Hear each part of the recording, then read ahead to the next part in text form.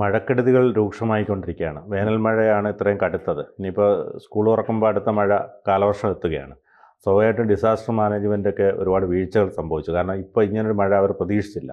അതുകൊണ്ട് തന്നെ വൈദ്യുതി ഉൽപ്പാദിപ്പിക്കുന്നതൊക്കെ അവർ ചെയ്തതൊക്കെ വൈദ്യുതി ഉൽപ്പാദിപ്പിക്കാൻ ഈ സമയത്ത് ശ്രമിച്ചില്ല. കാരണം കരുതൽ ജലത്തിൻ്റെ ശേഖരം ജൂൺ ആദ്യ വാരങ്ങളിലാണല്ലോ പ്രതീക്ഷിക്കുന്നത്.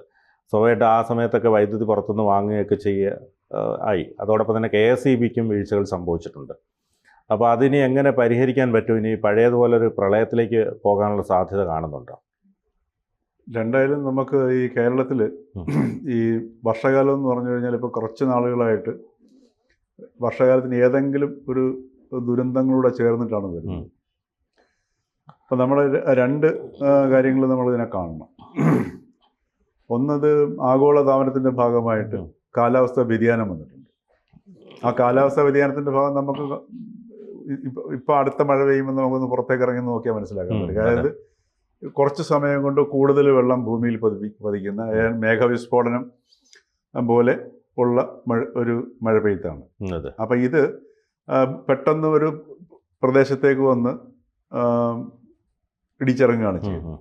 ഇത് നമ്മുടെ കേരളത്തിലെ മണ്ണിൻ്റെ ശീലത്തിൽ നിന്ന് വ്യത്യാസമാണ്. മണ്ണിന് ഓരോ ശീലങ്ങളുണ്ട്. എല്ലാത്തിനും ഓരോ ശീലങ്ങളും ഓരോ സ്ഥലത്തിൻ്റെ ഘടനയും ഒക്കെ ഉണ്ട്. ആ ശീലങ്ങളും ഒക്കെയാണ് ഓരോ സ്ഥലത്തെ മണ്ണിൻ്റെ ഘടനയെ നിലനിർത്തുന്നത്.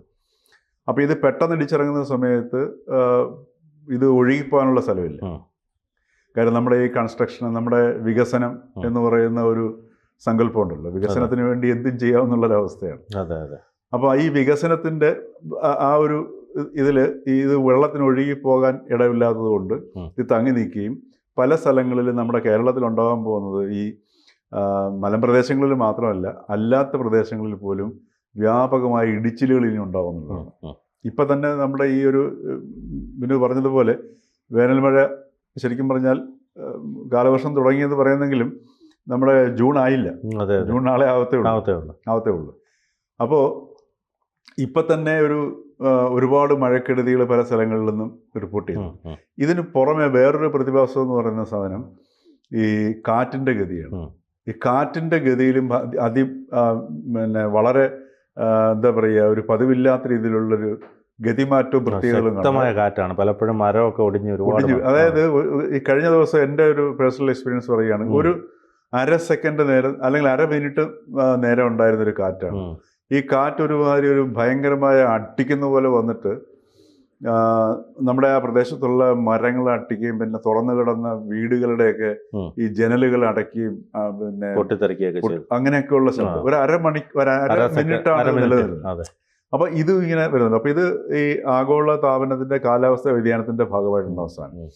ഇതിനേക്കാളൊക്കെ ഈ ദുരന്തം ശരിക്കും കേരളത്തിലെ ദുരന്തം എന്ന് പറഞ്ഞു കഴിഞ്ഞാൽ ഒരു 70-75% നമ്മൾ ഉണ്ടാക്കുന്ന ദുരന്തമാണ്. തീർച്ചയായിട്ടും മാധവഘാട്ടിലൊക്കെ മുന്നറിയിപ്പ് നൽകിയ സാധനമാണ്. നമ്മൾ 75% ഉണ്ടാക്കുക എന്ന് പറഞ്ഞാൽ 100% ഉത്തരവാദി നമ്മൾ തന്നെയാണ്. മനസ്സിലായില്ലേ?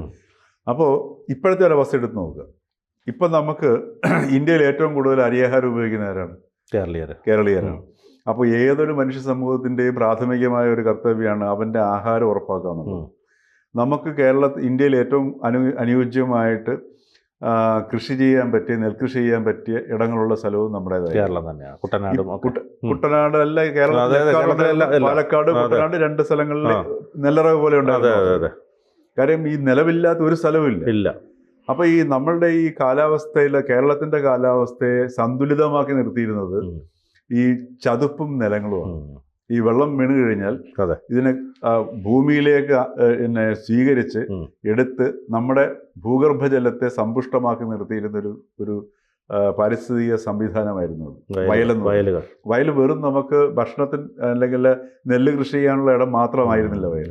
പ്രകൃതിയുടെ സന്തുലനം ഏറ്റവും പ്രധാനമാണ്. കാര്യം നമ്മളുടെ ഈ ഒരു മനുഷ്യന്റെ ശരീരത്തിൽ കിഡ്നി പ്രവർത്തിക്കുന്ന അല്ലെങ്കിൽ കിഡ്നി ചെയ്യുന്ന ദൗത്യം എന്താണോ ആ ദൗത്യമാണ് ശരിക്കും ഈ വയലുകളും ചതുപ്പും ചെയ്യുന്നത്. കാര്യം അത് നമ്മൾ തിരിച്ചറിഞ്ഞില്ല. എന്നിട്ട് ഇപ്പം നമ്മളുടെ വയലുകളുടെ അവസ്ഥ എന്താണ്? എല്ലാം നികത്തി ഫ്ലാറ്റുകളും വീടുകളും മാത്രമല്ല ഈ വികസനത്തിന്റെ പേരിൽ സകല വയലുകളുടെ നടുവിലൂടെ ഇങ്ങനെ റോഡുകൾ വെട്ടി. കാര്യം ഒരു പാടത്തിന്റെ നടുവിലൂടെ ഒരു റോഡ് നമ്മൾ വെട്ടുകയാണെന്നുണ്ടെങ്കിൽ ആ വയലിന്റെ പണി കഴിഞ്ഞു എന്നുള്ളതാണ്. മനസ്സിലായി? പിന്നെ മണലുകൾ വാരിയെടുത്തു, പല പല രീതികൾ ചെടികളെടുത്തു. പിന്നെ കയ്യേറ്റം വരുന്നു, ആൾക്കാർ താമസിക്കും. സ്വാഭാവികമായിട്ട് സാമൂഹിക മാറ്റമുണ്ട്, അത് നമ്മൾ കണക്കിലെടുക്കണം. അതെ അതെ. അപ്പോൾ അവിടേക്കാണ് ഈ പ്ലാനിങ്, സ്റ്റേറ്റ് ഗവൺമെൻറ് പ്ലാനിങ്ങിൻ്റെ ആവശ്യം വരുന്നത്. അപ്പോൾ ഇപ്പോഴത്തെ ഉള്ളൊരവസ്ഥ, ഇപ്പം നമ്മളുടെ കർഷകരുടെ അവസ്ഥ എടുത്ത് നോക്കാം. ഇപ്പം നമ്മളിപ്പോൾ കൃഷി ചെയ്യുന്ന നെൽകർഷകരുടെ ഇത്രയും അധികം ദുരിതം അനുഭവിക്കുന്ന ഒരു വിഭാഗം കേരളത്തിലുണ്ടോ എന്ന് സംശയമാണ്. കാര്യം അവർ കൃഷി ചെയ്യുന്നത് ഇന്ന് മുഴുവൻ കേരളത്തിന് വേണ്ടിയിട്ടാണെന്നുള്ളത്. കാര്യം നമുക്കതിനകത്ത് കിട്ടുന്ന നെല്ല് വളരെ കുറവാണ്. പക്ഷേ അവർ ആ കൃഷി ചെയ്യുന്നതിൻ്റെ പേരിലാണ് അവശേഷിക്കുന്ന നിലങ്ങൾ നിലനിൽക്കുന്നത്. ഇതിപ്പോൾ നമുക്ക് കഴിക്കാനുള്ള പിന്നെ ഭക്ഷ്യധാന്യം ഉൽപ്പാദിപ്പിക്കുന്നതിന് ഉപരിയായിട്ട് ഈ നിലവിലുള്ള നിലങ്ങൾ നിലനിർത്തേണ്ടത് കേരളത്തിൻ്റെ ദുരന്തം ഒഴിവാക്കാനുള്ള ഏറ്റവും അടിയന്തരമായിട്ടുള്ള ഒരാവശ്യമാണ്.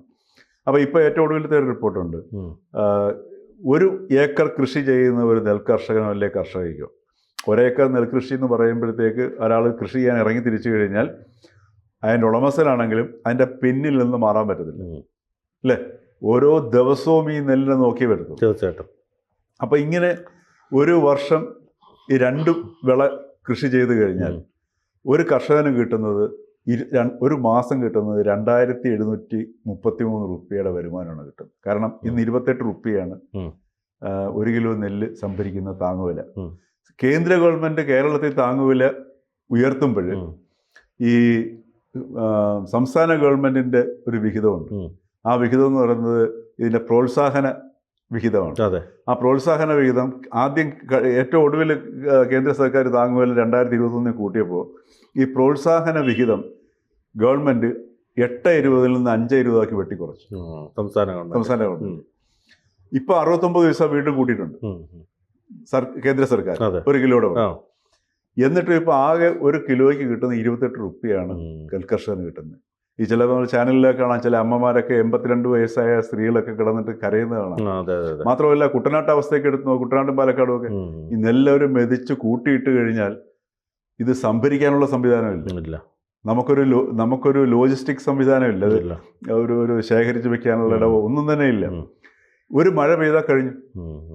അപ്പോൾ ഇന്നിപ്പോൾ നമ്മൾ ഈ നെൽകർഷകരെ നമ്മൾ നിലനിർത്തേണ്ടത്, ഇപ്പോൾ ഒരു ദുരന്തം ഉണ്ടാകുമ്പോൾ ദുരന്ത നിവാരണത്തിന് വേണ്ടി നമ്മൾ കോടികൾ ചെലവഴിക്കുന്ന കാശ് ഈ കർഷകരിലേക്ക് അവർക്ക് മാന്യമായിട്ടിത് ഈ കൃഷി ചെയ്ത് ജീവിച്ചു പോകാൻ പറ്റുന്ന ഒരവസ്ഥ ഒരുക്കുന്ന രീതിയിലേക്കുള്ള ഒരു സാഹചര്യം ഒരുക്കുകയാണെന്നുണ്ടെങ്കിൽ ഇന്നത്തെ ഇനിയുള്ള കേരളത്തിന് ഈ ദുരന്ത നിവാരണത്തിൽ ഏറ്റവും അടിയന്തരമായ ഒരു ആവശ്യമാണ്. അതല്ല എങ്കിൽ ഇപ്പോൾ ഈ പറഞ്ഞതുപോലെ ഈ നമ്മുടെ ഈ കൺസ്ട്രക്ഷൻസ് ക്രിയേറ്റ് ചെയ്യുന്ന, മാത്രമല്ല ഇപ്പം നമ്മുടെ ഇവിടെ കണ്ടില്ലേ, കൂരിയാട് കണ്ടില്ലേ? അപ്പോൾ ഒന്ന് ആലോചിച്ചൊക്കെ നമ്മുടെ കൺമുന്നിലാണ് ആ ഒരു രീതിയിൽ പാടത്തിന് നടുക്ക് അത് കൺസ്ട്രക്ട് ചെയ്യുന്നത്. അപ്പോൾ ഇതിനകത്ത് സർക്കാരിനെ മാത്രം കുറ്റം പറഞ്ഞിട്ട് കാര്യമില്ല. ഇത് നമ്മൾ മലയാളികൾ, ഓരോ മലയാളിക്കും ഈ ഒരു ബോധമില്ലാത്തൊരവസ്ഥയിലേക്ക് എത്തുന്നതാണ്.